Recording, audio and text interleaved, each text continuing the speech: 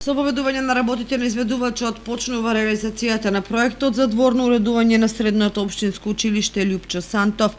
Според проектот ќе се уредува дворна површина и од двете страни на училиштето.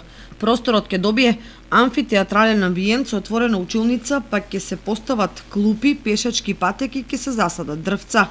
Од источната страна ќе биде опфатен целиот простор од влезната врата до самата училишна зграда.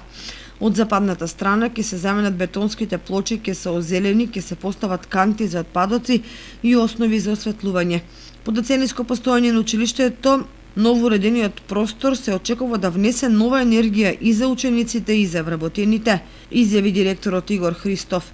Градоначалникот на општина Кочање Николчо Илиев на средбата со директорот на средното општинско училиште Лјупчо Сантов и со представници на изведувачот и надзорот истакна дека надворешното уредување на гимназијата доаѓа по извршените внатрешни санации и обновување, што всушност беше карактеристика за сите училишни објекти во општина Кочање во изминатиот период од 3 години.